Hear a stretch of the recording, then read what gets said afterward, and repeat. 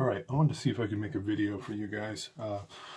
It's been very hard to do robotics since we've been sheltering in place, but I'm going to try to do a little video here to hopefully keep you guys thinking about robots.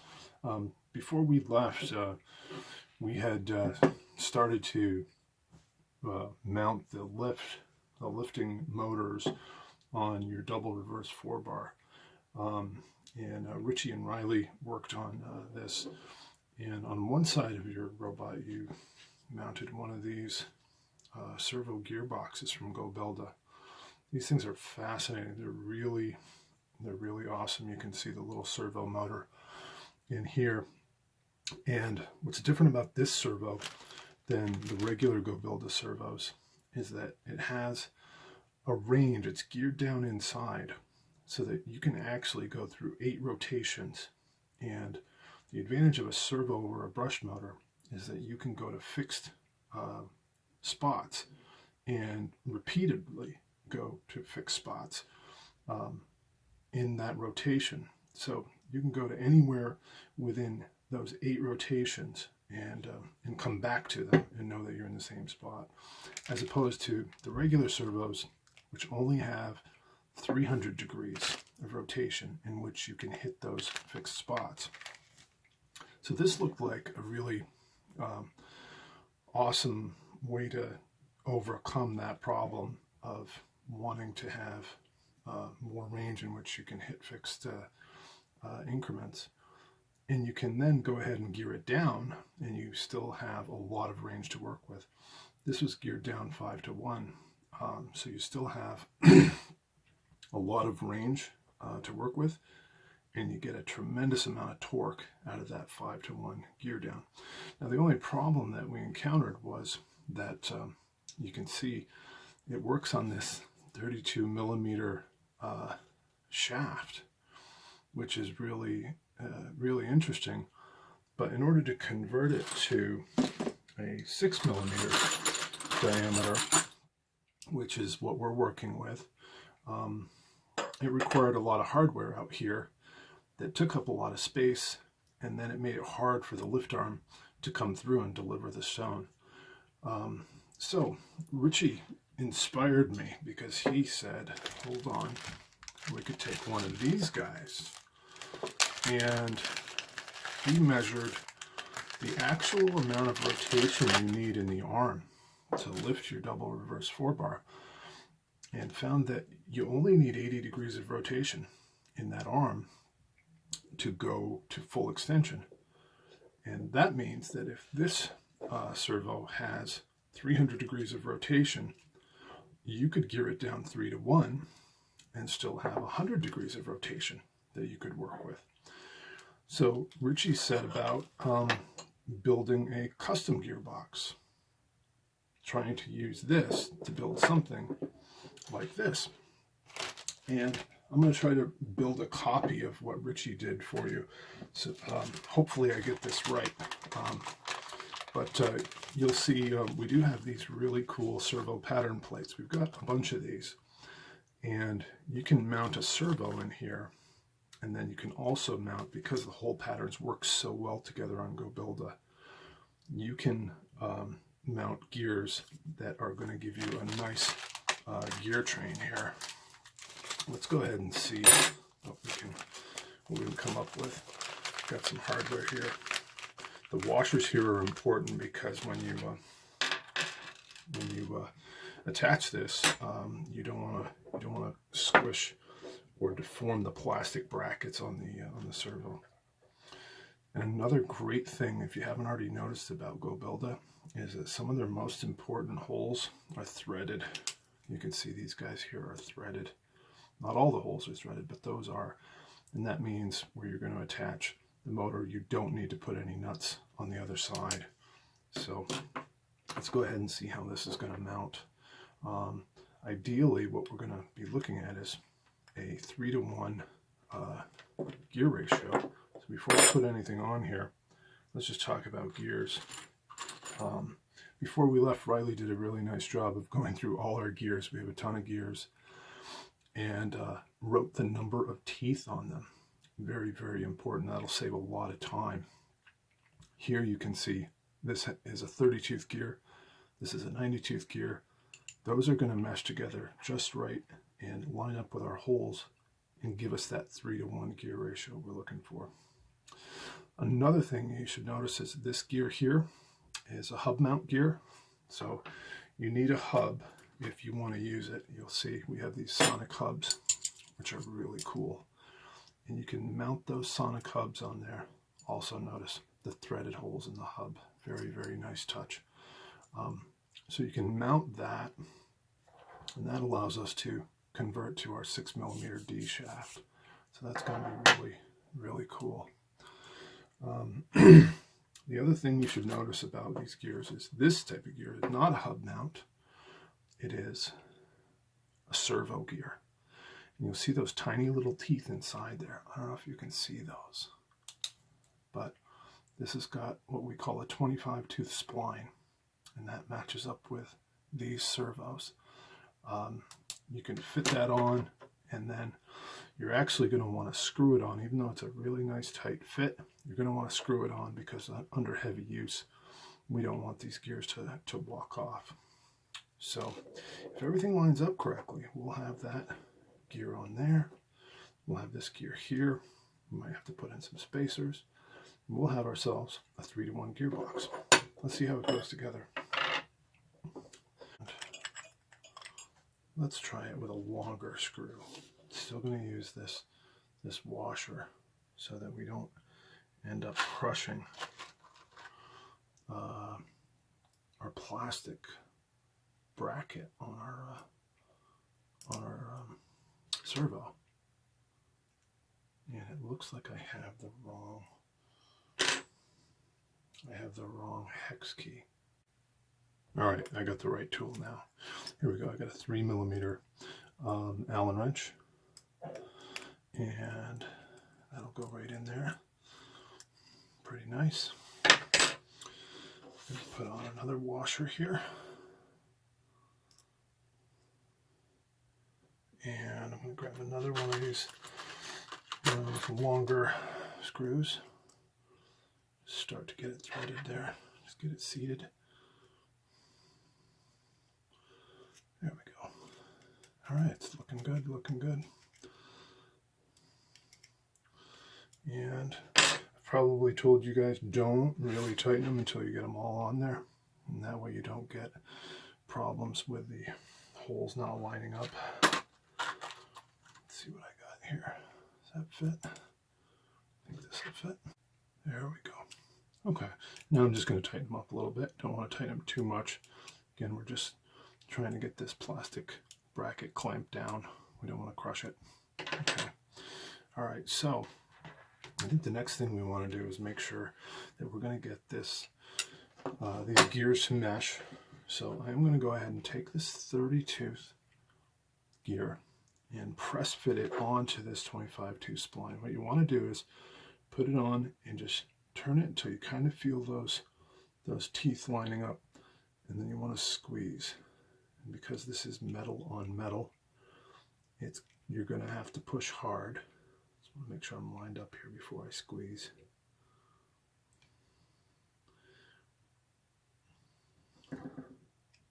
It's tough to get it just right. There we go. I feel it. Oops. Lost it. Let's try it again. There we go. And you're just going to have to squeeze. You can see there's some space there that I've got to take up. Going to have to push real hard. I'm going to put it down on a hard surface and just press. And hopefully that takes up all the space. Okay. Good.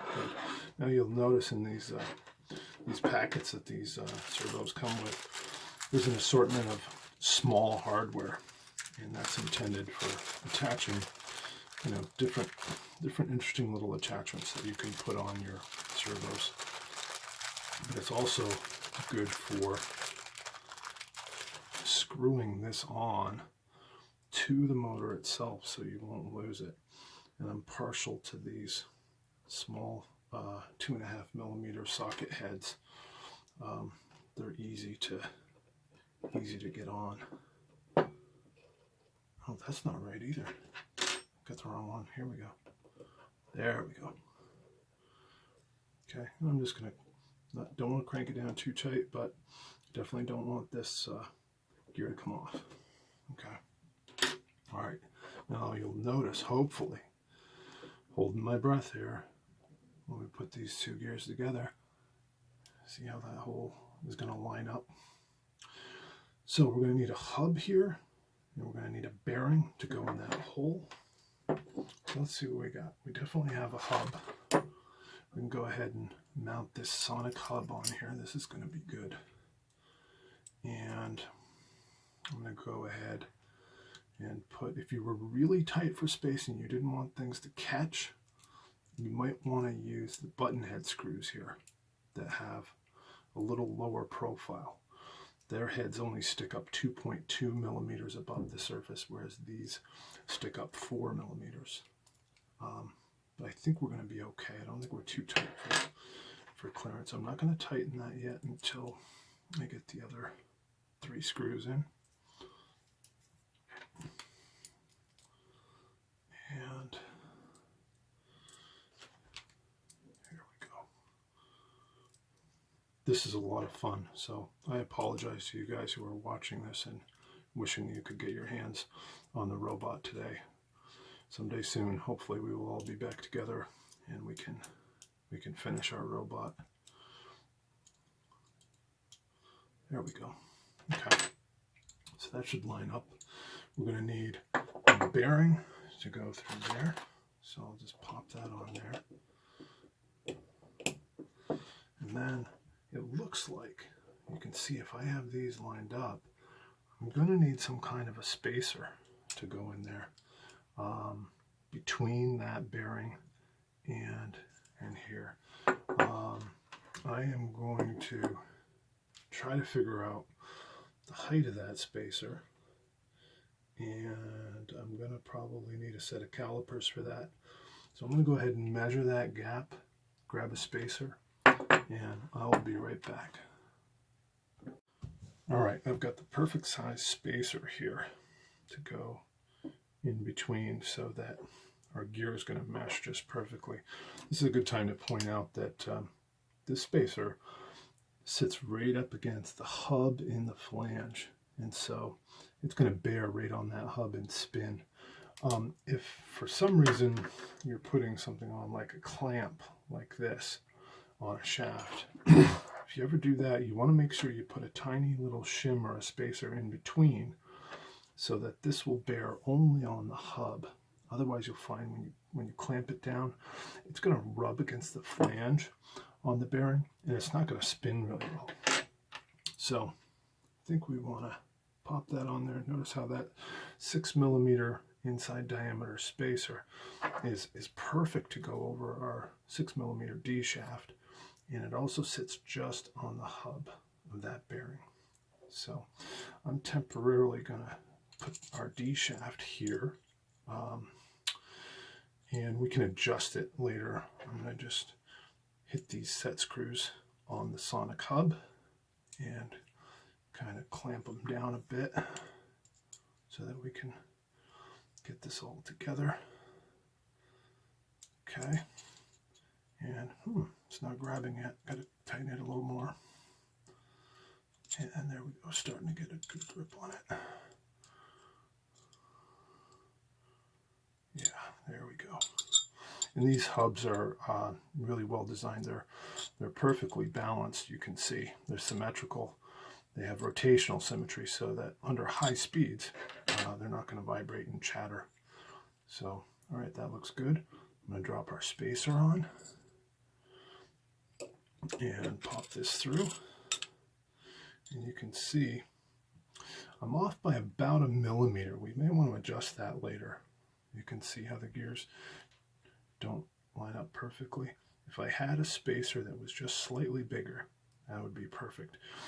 And this is where John did some work in CAD designing some spacers, because these 6mm ID spacers come in, I I want to say, only 4 different sizes, like 4mm thickness, 6mm, 8 and 12 maybe. So it's hard when you need especially an odd thickness. So we may end up designing, instead of a 6mm spacer in there, maybe we'll go for a 7. The 8 seemed to be a little too big. Let me go ahead and test the 8 and just see how that works. I thought the 8 was too big. Let's try the 8mm spacer. Oh, actually, that is almost perfect. It's just a little too big. That's a little better fit. Okay, and you can see how this axle is wobbling around in here.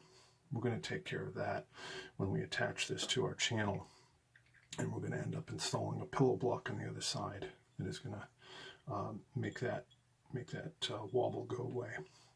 So now let's think about how we're going to get this mounted onto our channel, and probably the best way to do that is with some standoffs. I can also see that I'm not going to use a pillow block on the other side here. This is a pillow block, and this is a really handy little mount. It has a bearing built into it, and if you're working on the back side of the open channel, you can mount these on standoffs and pick up and hold the other side of an axle so that it stays straight and supported. In this case, we're going to be mounting on this side of the channel, so I can already see I'm going to need another bearing rather than a pillow block. Let me go grab one of those. I'll be right back. Alright, so I got a bearing here, and the way we're going to mount this, we're probably going to want that flange on the outside of this channel so that it doesn't come through, and then we can put a collar clamp on the other side. And now I can see if I can just get some standoffs in here in between our channel and our servo plate, we will almost have a finished gearbox. Now you guys would probably mount this inside the U channel, the deeper channel. It's just that I didn't have one of those available right now, so I'm just putting it on a C channel, the low side channel. But let's get some standoffs on here and see how this is going to work out. I've got some 48mm standoffs, and those might be just a bit too long. I won't have enough axle sticking out when I'm done to be able to take off that power. So I'm going to take a look and grab some shorter standoffs. Alright, I got some 34mm standoffs here, which seem to be just the right height. So let's start to get some of these in here.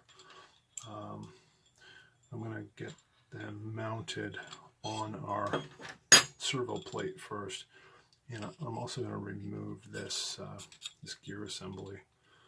I'm going to remove it, bearing and all, so that we can get to these holes here where we're going to need to mount these standoffs. So I'm going to grab a couple of these screws, these M4 screws, and just get this threaded. Just start it up there.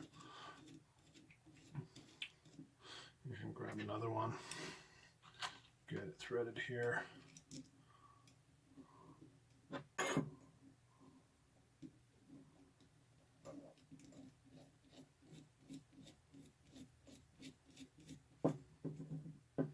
Okay, and we'll do 2 more on the other end. Pop that in there, start to thread this on. These standoffs are really, really helpful, and you guys are lucky to have lots of different lengths, so you can put together just about any combination of structural standoffs that you need. And they're really well organized right now, so you can find what you need quickly. I'm going to try to mount that on there like that. That means we're going to go for these holes on the other side. Let's go ahead and start to get these lined up. And we'll tighten everything up when we're done. It's important not to forget to tighten things when you're done. You often don't want to tighten until you get the last screw in, but don't forget to tighten every screw because there is a lot of vibration. Once you get your robot running, there's going to be a tremendous amount of vibration that is going to cause these screws to work their way out. And this one started.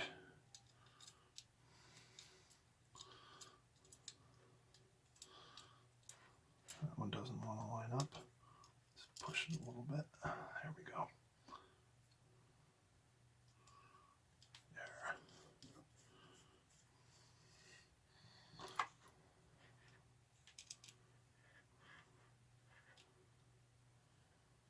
Okay, this is coming together, looking good.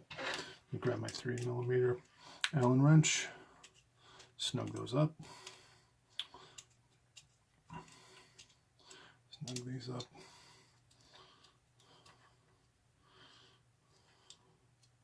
I'm going to tighten them all. You definitely don't want to forget to tighten these two, because once you get that big 90-tooth gear on, you won't be able to access these anymore. So I want to make sure I get these tightened.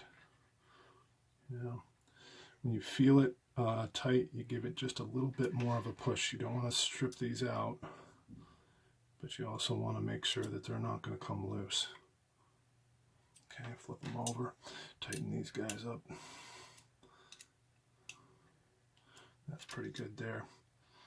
If you ever get yourself some screws that you know are subject to a tremendous amount of vibration and cause you problems, are always coming out, then you can put in some lock washers if you have one of those cases. All right, let's see if we can pop this back together. And that bearing fits in nicely there. Those teeth mesh, and we've got to pop in our bearing on this side. We've got the flange on the outside here. Now this is that situation I mentioned earlier, where if we're going to put this on here, that is going to push right up against that flange and cause this to not rotate as smoothly as it should. So we've got to get ourselves a little shim, just a little shim to put in there. It could be a little washer, or we have a lot of shims that are really, really thin washers. Let me see if I can find one. All right, here's the perfect size shim. You can see that's going to go right over there, and it contacts the hub on the flange, or on the bearing, but it's not going to touch the flange. So now I can make sure that our gears are meshed, and grab our shaft collar, put that on. You can see, I don't know if you can see that, I'm going to hold it at an angle where you can kind of see that that shaft collar is not in contact with the flange on that bearing. So it's going to spin nice and smoothly. I think we got a 2.5mm Allen wrench here that we need to tighten these. Same ones that you use to tighten those sonic hubs, I think. Nope, I'm wrong. The sonic hubs have 3mm. So that locks that together. That's not going to come out. You'll see the gear doesn't wobble anymore. We got pretty good mesh. And boy, that is going to be geared down 3-to-1. That triples your torque on your motor, and you're going to be able to lift 3 times as much as you would normally with this motor. And because this had a rotational range of 300 degrees, geared down 3-to-1, you're now going to have a rotational range of 100 degrees, which is good because I believe Richie measured the lift arm and found we only needed 80. So you should be able to hit different spots within your full lifting range using this servo. We still have a lot to think about in terms of torque and testing and making sure that this is going to work. Why don't we tune in for our next video where we can plug this into our servo programmer and do a torque test and see if this lifts as much as we expect it would. I also want to do a video soon about intakes and belts. Gabe has been working on an idea for your intakes, so maybe I'll put together an assembly where we can see if we can get some belts working on some pulleys to drive some intake wheels. Hope you guys have enjoyed this video. Hope you're staying safe, and feel free to post any questions or send me an email if there's something you'd like to see me do or go over while you guys are sheltering in place. Send it along, and keep thinking about robots.